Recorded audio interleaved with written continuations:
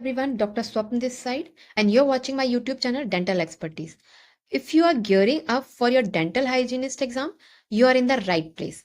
Today, we are diving into the second part of previous year exam questions to help you boost your preparation and get the high scores in the exam. So, grab your notebook and hit that subscribe button, and let's get started.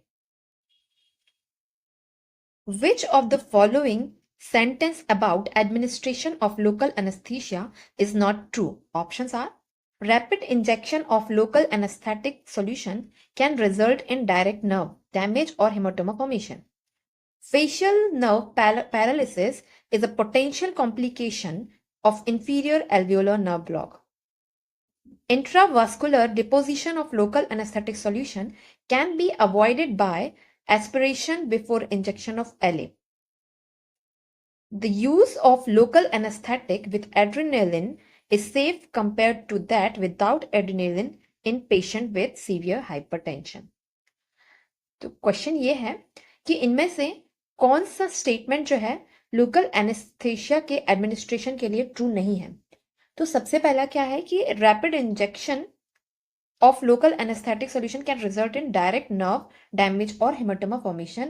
तो yes ये true है, क्योंकि अगर local anaesthetic solution को fast inject किया जाता है तो जो डायरेक्ट नर्व जो है उसके कारण डैमेज हो सकती है और हेमाटोमा का फॉर्मेशन हो सकता है। ओके, एंड नेक्स्ट है facial nerve paralysis is a potential complication of inferior alveolar nerve block. तो दिस इज ट्रू। तो क्या होता है कि इंफीरियर एल्वोलर नर्व ब्लॉक के टाइम पे अगर इंजेक्शन थोड़ा सा भी गलती से पैरोटिड ग्लैंड के पास चला जाए तो क्या होगा, फेशियल नर्व पैरालिसिस हो सकता है। तो ये भी एकदम ट्रू है। थर्ड है intravascular deposition of local anaesthetic solution can be avoided by aspiration before injection of LA. तो ये भी ट्रू है कि अगर इंजेक्शन से पहले एस्पिरेशन करना बहुत जरूरी होता है ताकि लोकल एनेस्थेटिक के जो इंट्रावास्कुलर है वो वहां पे ना जाए और सिस्टमिक टॉक्सिसिटी का रिस्क कम हो जाए। ओके, तो ये भी ट्रू है। And the last option is the use of local anesthetic with adrenaline is safe compared to that without adrenaline in patient with severe hypertension। तो ये जो है ये ट्रू नहीं है कि एड्रेनालिन वाले जो लोकल एनेस्थीसिया को यूज जो सीवियर हाइपरटेंशन के पेशेंट में रिस्की हो सकता है। तो ऐसा नहीं कि उसमें कर सकते हैं, तो क्योंकि एड्रेनालिन जो है वो हार्ट रेट और ब्लड प्रेशर बढ़ा सकता है, तो जो कि डेंजरस कॉम्प्लिकेशन हो सकता है जिसके कारण। तो ये ऑप्शन सही नहीं है कि the use of local anaesthetic with adrenaline is safe compare to the without adrenaline patient with severe hypertension. Okay, तो ये आंसर आपको याद रखना है। Now next question is which of the following is anti herpes virus drug. Okay, तो इनमें से कौन सी एंटी हर्पीज वायरस ड्रग है। तो ऑप्शंस है a acyclovir, amantadine, indinavir, oseltamivir. Okay, तो करेक्ट आंसर क्या होगा for this question is acyclovir. Okay, acyclovir जो है ये एक एंटीवायरल ड्रग है जो कि हर्पीज वायरल इन्फेक्शन में यूज होती है। ओके, तो इसके ट्रीटमेंट के लिए यूज करते हैं, जो कि जो एमेंटाडीन है ये इन्फ्लुएंजा वायरस के ट्रीटमेंट के लिए प्रिवेंशन के लिए यूज होती है। ओके, और पार्किंसंस डिसीज में भी यूज करती है।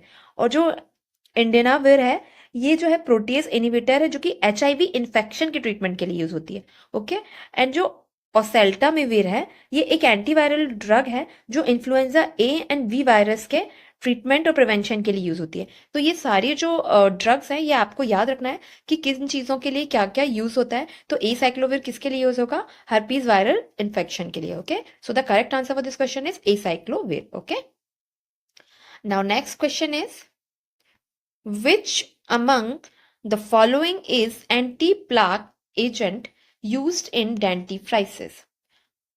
तो ऑप्शंस क्या क्या है, मैंथॉल, ग्लिसरीन, ट्राइक्लोजॉन और कैल्शियम कार्बोनेट।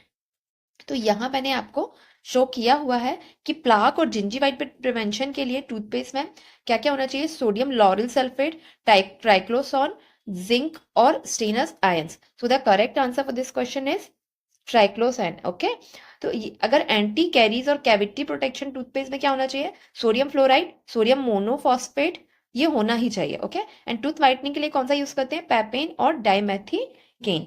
ओके, तो सब आपको याद होना चाहिए कि ट्राइक्लोसाइन जो है ये एक एंटी माइक्रोबियल एजेंट है जो कि एंटी प्लाक और एंटी जिंजीवाइटिस प्रॉपर्टीज होती है जिसमें, जो एंटी प्लाक के लिए यूज किया जाता है। ओके, और जो मेंथॉल है एक्चुअली ये एक फ्लेवरिंग एजेंट है जो टूथपेस्ट में मिलाया जाता है ताकि उसका टेस्ट एकदम फ्रेश हो और कूलिंग इफेक्ट के लिए होता है। ओके, तो ये एंटी प्लाक एक्शन नहीं करता है। ग्लिसरीन क्या है? ये एक ह्यूमेक्टेंट होता है जो कि टूथपेस्ट को मॉइस्ट करता है और स्मूथ बनाता है। ओके, और कैल्शियम कार्बोनेट जो है ये क्या करता है? ये एक एब्रेसिव एजेंट होता है जो कि टूथपेस्ट में टीथ के सरफेस से स्टेन और डेब्रीज को रिमूव करने के लिए यूज होता है। Okay, so the correct answer for this question is triclosan is an anti plaque agent used in dentifrices. Okay, now next question is, which of the following is a topical antifungal drug? Options are fluconazole, clotrimazole, itraconazole, all of the above. And the correct answer for this question is clotrimazole. Clotrimazole जो है ये एक topical anti fungal drug है। Okay, ये मैंने आपको picture में यहाँ शो किया हुआ है कि जो एंटी फंगल ड्रग है वो किसके लिए यूज होंगे? For the treatment of fungal infection. Okay, तो ये इसमें जो एजेंट होते हैं वो सिस्टमिक एजेंट है। एंटी फंगल ड्रग जो है can be broadly classified into systemic agent and topical agent. Okay, तो सिस्टमिक एजेंट में क्या आएंगे? एंटीबायोटिक्स आएंगी, एम्फोटेरिसिन बी, एंटी मेटाबोलाइट्स में आएंगे फ्लूसिस्टीन, एजोल्स में आएंगे फ्लूकोनाजोल, आइट्रोकोनाजोल। तो ये जो है ये दोनों क्या सिस्टमिक एजेंट है, जबकि क्लोट्रीमाजोल जो है ये क्या है? Topical agent. So the correct answer for this question is clotrimazole. Okay, it is a topical antifungal drug. Now next question is, which of the following statements about opioid analgesic is incorrect? Morphine produce analgesia by binding to opioid receptor in the brain. Respiratory depression is a potential complication of opioid analgesic. Opioid produce both psychological and physical dependence. Or D, naloxone is a pure opioid antagonist. Okay, तो बाकी जो 3 statement हैं वो सारे true हैं, सिर्फ एक नहीं है। कौन सा है वो? Naloxone is a pure opioid agonist, है ना, तो ये इनकरेक्ट है। ओके, तो क्योंकि जो ओपियोइड नलोक्सोन जो है ये एक प्योर ओपियोइड एंटागोनिस्ट है। ओके, एगोनिस्ट नहीं है। ओके, क्या है ये? एंटागोनिस्ट है जो ओपियोइड रिसेप्टर को ब्लॉक करता है और ओवरडोज के इफेक्ट को रिवर्स करता है। ओके, तो ये आपको याद रखना है। Now next question is, which of the following vitamins play a key role in blood coagulation? Vitamin A, vitamin के, विटामिन सी, विटामिन ई। तो विटामिन के जो है वो इंपॉर्टेंट रोल यानी की रोल प्ले करता है in helping the blood clot and prevent excessive bleeding. Okay, तो करेक्ट आंसर क्या होगा इसके लिए? विटामिन के। Okay, now next question is, dental union of two embryologically developing teeth is referred to as germination, twinning, concrescence or fusion, and the correct answer for this question is fusion. Okay, so dental union of two embryologically developing teeth is called fusion, and fused teeth can contain two separate pulp chamber. Okay, ये fuse रहेंगे ऊपर से, लेकिन जो pulp chamber होगा वो separate होगा and may appear as a large bifid crown with one chamber. Okay, ऐसा अपीयर होगा। तो करेक्ट आंसर क्या होगा? Fusion. Okay, now next question is, the pathological chronic localised loss of dental hard tissue that is chemically eased away from the tooth surface by acid or chelation without bacterial environment is referred to as. Options are erosion, atresion, abrasion or none of these. Correct answer क्या कहलाएगा इसका? Erosion. Okay, क्योंकि ये एक pathological और chronic loss होता है erosion, जिसमें डेंटल हार्ड टिश्यू का क्रोनिक लॉस होता है, और पैथोलॉजिकल ओके जो कि केमिकल प्रोसेस की वजह से होता है, जैसे कि एसिड या चिलेशन। इसमें बैक्टीरिया का इन्वॉल्वमेंट नहीं होता है। ओके, और ये ज्यादातर क्या होता है कि एसिडिक फूड्स, ड्रिंक या गैस्ट्रिक एसिड के कारण होता है। ओके, जबकि जो एक्ट्रीजन होता है ये डेंटल हार्ड टिश्यू के लॉस होता है इसमें, लेकिन टूथ टू टूथ कांटेक्ट की वजह से होता है, जैसे कि ब्रुक्सिज्म, ओके, जिसे टूथ ग्राइंडिंग या क्लेंचिंग भी कहते हैं, ओके। एब्रेजन क्या होता है, ये लॉस होता है टूथ का by mechanical action, like aggressive tooth brushing या गलत फ्लॉसिंग के कारण, इसके कारण तो एब्रेजन होता है, ओके। तो इसका करेक्ट आंसर क्या होगा, erosion, okay. Now next question is, which of the following statements regarding diet modification advice for preventing dental caries is true? Maintaining a diet diary is in fact ineffective in diet counseling to reduce dental caries. A patient with high caries experience does not need detailed dietary advice. Food items requiring more times of achieve chewing reduce incidence of dental caries and should be encouraged. तो correct answer क्या होगा इसका, food items requiring more times of active chewing reduce incidence of dental carries and should be encouraged, है ना। तो इसमें क्या होता है कि जो फूड, ये जो है फूड जो कि रिक्वायर होते हैं मोर च्यूइंग के लिए, ये स्टिमुलेट करते हैं सलाइवा प्रोडक्शन को, जो कि हेल्प करता है न्यूट्रलाइज करने में एसिड को in the mouth, and they tend to be less cariogenic, okay. तो जब इतना च्विंग होगा, सलाइवा प्रोडक्शन बहुत ज्यादा होगा, वो एसिड को न्यूट्रलाइज कर देंगे, तो क्या होगा, ये लेस कैरियोजेनिक होगा। जैसे कि कौन से foods like are raw vegetables and whole grains are good examples, okay. तो ये जो डाइटरी हैबिट्स है, ये जो है कैरीज को कम करने में हेल्प करेगी, okay. Now, next question is, the following are function of fat in our body: growth, repair and maintenance, energy source and maintenance of cell membrane, carrier of water soluble vitamins, or all of the above. तो यहां मैंने आपको show किया हुआ है function of fat in the body: protect vital organs, digestion में help करता है, और एनर्जी के लिए यूज करते हैं, एनर्जी प्रोवाइडर होता है, and reserve helps the body maintain a constant temperature, and production and regulation of steroid hormones, maintaining nerve impulses, transmission, myelin sheath, major component of cell membranes, and transport the fat soluble vitamin A, D and K. Okay, तो क्या होगा ये actually, इसमें important कौन सा होगा, energy source and maintenance of cell membrane, okay. This is the correct answer for this question, okay. ये बाकी फंक्शन भी आपको याद रखने हैं, और ये इसका, इसमें अभी सिर्फ एक ही फंक्शन दिया हुआ है, जो कि है energy source and maintenance of cell membrane, okay. Next question is, iron deficiency anemia can causes glossitis, angular cheilitis, mucosal pallar, or all of the above. तो correct answer क्या होगा for this question is all of the above, okay. तो जो iron deficiency anemia है, इससे कुछ oral और mucosal changes भी हो सकते हैं, जैसे कि ग्लोसाइटिस। तो उसमें क्या होता है, ग्लोसाइटिस में टंग स्मूथ हो जाती है, सॉलिड हो जाती है और रेड हो जाती है, ओके। और एंगुलर चिलाइटिस क्या होता है, माउथ के कॉर्नर्स में क्रैक और इन्फ्लामेशन हो जाता है, और सोरनेस भी हो सकती है, और ये सभी किसके कारण होता है, आयरन डेफिशिएंसी एनीमिया के कारण होता है, ओके। म्यूकोसल पैलार भी हो जाता है, जिसमें माउथ के अंदर जो म्यूकस मेम्ब्रेन होती है वो पेल हो सकती है, ओके। क्योंकि आयरन डेफिशिएंसी एनीमिया में रेड ब्लड सेल्स जो है, हीमोग्लोबिन कम हो जाता है, तो उसके कारण म्यूकोसल पैलार भी हो जाता है। सो the correct answer for this question is all of the above. तो आयरन डेफिशिएंसी एनीमिया में ग्लोसाइटिस, एंग्लोचिलाइटिस और म्यूकोसल पैलार सभी हो सकता है, okay. Now next question is, which of the following is a micronutrient? Fats, carbohydrate, vitamins or proteins? तो micronutrients क्या होते हैं, minerals and vitamins are called micronutrients since they are needed by your body in small amounts, okay. तो जो mineral and most of the vitamins हैं, body को need होती है इनकी, ये ऑब्टेन करते हैं from the foods you eat since your body can not make them, okay.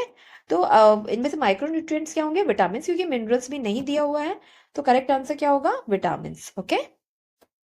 Now next question is, beriberi occurs due to deficiency of thiamine, retinol, niacin, cobalamin. And the correct answer for this question is thiamine. Okay. तो beriberi is caused by deficiency of vitamin B1, जिसको कि क्या कहा जाता है, thiamine. When body does not have enough thiamine, beriberi can occur in infants when they are breastfeed and the mothers lacking in the thiamine. Okay. तो beriberi किसकी कमी से होगा, thiamine के कारण, okay. Now next question is, antioxidants helps to causes damage to DNA and protein, counters the effect of reactive oxygen species, accelerate the effective of reactive oxygen species, or both A and B. And the correct answer for this question is counter the effect of reactive oxygen species. Antioxidant किसमें help करते हैं? Antioxidant जो है वो reactive oxygen species को neutralise करते हैं, जो कि अनस्टेबल मॉलिक्यूल होते हैं और सेल, प्रोटीन और डीएनए को डैमेज कर सकते हैं. ओके. एंटीऑक्सीडेंट जो है इनके हार्मफुल इफेक्ट को रोकने में मदद करते हैं. ओके. तो एंटीऑक्सीडेंट क्या करते हैं? Counter the effect of reactive oxygen species. Okay. Next question is, which of the following has obtundant action? Copper sulfate, silver sulfate, silver nitrate, all of these. तो इसमें क्या होता है कि ऑप्टेंडेंट एक्शन क्या होता है कि ऑप्टेंडेंट जो है ये एजेंट होते हैं जो कि रिड्यूस करते हैं और एलिमिनेट करते हैं डेंटल सेंसिटिविटी और पेन को. किसके through? By destroying the nerve tissue, for example absolute alcohol से. ओके. प्रेसिपिटेटिंग सरफेस प्रोटीन के through, for example astringent like zinc chloride and silver nitrate, and by the paralyzing sensory nerve endings, for example phenol, camphor, menthol, thymol, clove oil और benzyl alcohol. तो obtundent जो है can also be use as the local hemostatic and mummifying agent. तो correct answer क्या होगा for this question is silver nitrate. Okay. तो obtundent जो है वो एजेंट होते हैं जो कि रिड्यूस करते हैं और एलिमिनेट करते हैं डेंटल सेंसिटिविटी और पेन को. किसके through? Like silver nitrate. Okay. Now next question is, extensive first pass metabolism of drug will result in diminished therapeutic response, increased bioavailability of the drug, increased concentration of the active drug upon reaching its site of action, or D, both second and three. And the correct answer for this question is diminished therapeutic response. तो first pass metabolism जो है उसका मतलब है कि जब एक drug liver में मेटाबोलाइज होती है और उसका एक बड़ा हिस्सा इनएक्टिव हो जाता है, तो सिस्टमिक सर्कुलेशन में जो एक्टिव ड्रग का अमाउंट है वो कम हो जाता है. ओके. इससे ड्रग का जो थेरेप्यूटिक इफेक्ट है वो कम हो जाता है. ओके. तो extensive first pass metabolism of drug के कारण क्या होगा? डिमिनिश्ड होगा therapeutic response. Okay. Now next question is, the dietary carbohydrate most likely involved in etiology of dental caries, glucose, sucrose, dextran और पॉलीसैकेराइड. तो डाइट्री कार्बोहाइड्रेट में कौन सा जो है वो डेंटल कैरीज की ईटियोलॉजी होगा? तो करेक्ट आंसर क्या होगा इसका? सुक्रोज. ओके. तो dietary carbohydrate most likely involve in the etiology of dental caries is sucrose. तो सुक्रोज करता क्या है? Sucrose is a sugar that is a central to the development of dental caries. Okay. तो bacteria in the mouth metabolize sugar to produce acid and that demineralize the tooth enamel and dentine. And sucrose is a key factor in the synthesis of complex polysaccharides that increase the plaque formation of and addition and prolong acidification in the plaque. Okay. तो sucrose जो है वो key factor होता है dental caries के लिए. Okay. Now next question is, zone of greatest demineralization noticed in which zone of enamel caries? And the correct answer for this question is body of lesion. Okay. Zone of greatest demineralization कहाँ notice होगा? Body of lesion में. Okay. तो यहाँ मैंने आपको show किया हुआ है. Body of lesion क्या होता है? Largest portion of the incipient caries होता है, found between the surface and the dark zone, and it is the area of greatest demineralization, making it more porous. Okay. So the correct answer for this question is body of lesion. Okay. Now next question is, pathologic loss of enamel and dentine caused by biomechanical loading forces, atresion, abrasion, erosion और effraction. तो pathologic loss हो रहा है enamel and dentin का bye biomechanical loading forces. तो क्या कहलाएगा ये? एफ्रैक्शन. तो pathological loss of tooth surface substance caused by biomechanical loading force due to tooth fracture leading to fatigue of enamel and dentine at a location away from point of loading. Types किसके कारण होगा? Hair type क्या होंगे? Hairline cracks, striations, saucer shaped, semilunar shaped और cusp tip. Okay, तो यहाँ सारे मैंने आपको पिक्चर में शो किया हुआ है. एट्रीजन यहाँ आपको शो हो रहा है कि एट्रीजन क्या होता है कि ये ग्राइंडिंग हो जाती है. ओके, ये इरोजन है जो एसिडिक चीजों के कारण होता है ना. और ये होता है एफ्रैक्शन, जिसमें ये देखिए यहाँ पे आपको जो होगा बायोमैकेनिकल लोडिंग फोर्स के कारण. ओके, और ये होता है abrasion. Okay, correct answer for this question is abfraction. Now next question is mucocutaneous patch seen in which stage of syphilis? Primary syphilis, secondary syphilis, tertiary syphilis, congenital syphilis. तो primary syphilis में यहाँ मैंने की features दिए हुए हैं सारे. Primary syphilis का क्या होगा? कैंकर होगा, पेनलेस अल्सर होगा इट मीन्स, और regional lymphadenopathy. Okay, secondary syphilis में क्या होगा? म्यूकोक्यूटेनियस पैचेस शो होंगे, रेडिश ब्राउन लीजन के स्किन होंगे, म्यूकस मेम्ब्रेन में रैशेस होंगे, often on the palm and soles, flu like symptoms होंगे. लेटेंट सिफिलिस में क्या होगा? कोई विजिबल सिम्टम्स नहीं दिखाई देंगे. टर्सरी सिफिलिस में गम्मा दिखाई देगा. ये क्वेश्चन भी आ सकता है आपको. ओके, और कॉन्जेनाइटल सिफिलिस क्या होता है? It is passed from the mother to foetus and causing severe birth defect. Okay, तो ये सारे आपको याद रखना है. तो म्यूकोक्यूटेनियस पैचेस किस में शो हो रहे हैं? सेकेंडरी सिफिलिस में. सो the correct answer for this question is secondary syphilis. Mucocutaneous patch seen in secondary syphilis. Okay. Now next question is Hansen's disease is leprosy, sarcoidosis, actinomycosis और tuberculosis. तो जो Hansen's disease है ये क्या है? एक leprosy है. Hansen's disease also known as leprosy and it is caused by the bacterium Mycobacterium leprae. Okay, तो इसमें क्या होता है? It spreads through prolonged close contact with an infected person, primarily by respiratory droplets. Okay, तो यहाँ symptoms दिए हुए हैं इसके कि स्किन लीजन, नर्व डैमेज और मसल वीकनेस, ये सभी इसके सिम्टम्स होंगे. And diagnosis is confirmed by skin biopsy. Okay, and treatment क्या होगा? Treatment with multi drug therapy using antibiotic such as rifampicin and clofazimine. Okay, so the correct answer for this question is Hansen disease is leprosy. Okay, now next question is Ghon's focus is associated with gonorrhea, syphilis, actinomycosis और tuberculosis.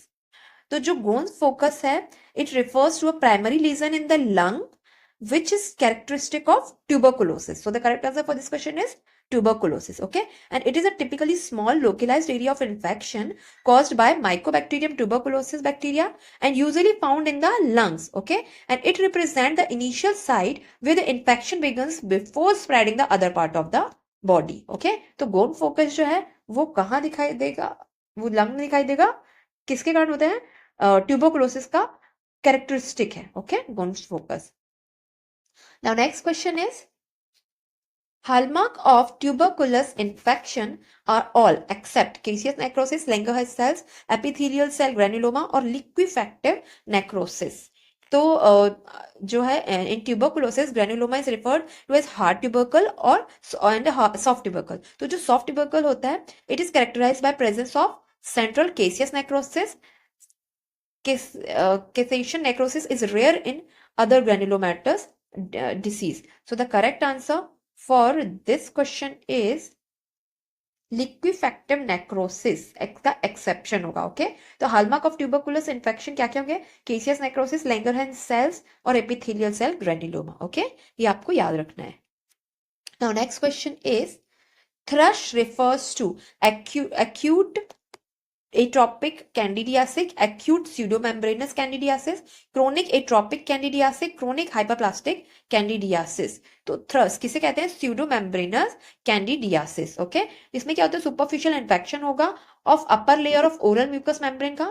Fungal growth जो है वो डिस्कॉमिशन of epithelial cell हो जाता है उसमें, and accumulation of bacteria, keratin and necrotic tissue forming pseudomembrane. तो इसलिए इसका अदर नेम क्या है? Acute pseudomembranous candidiasis. ओके, थ्रस को कहा जाता है. ओके, ये आपको याद रखना है. Now next question is a union of the root of adjacent teeth through the cementum is referred to as concrescence, fusion, germination, none of the above। तो यहाँ मैंने आपको सारे पिक्चर शो किए हुए हैं। फ्यूजन का एक क्वेश्चन ऊपर आया भी हुआ है, आप एक बार और जाके उसको रिवाइज कर सकते हैं। फ्यूजन में क्या होता है कि जो ग्राउंड जो है वो फ्यूज होगा, बट जो उसके जो पल्प चैम्बर होंगे वो डिफरेंट होंगे, ओके। जबकि कॉन्क्रेसेंस में क्या होता है कि ये जो रूट से यूनियन हो जाता है रूट ऑफ एडजेसेंट टीथ का, ओके। बट इनके पल्प चैम्बर जो है वो डिफरेंट होंगे।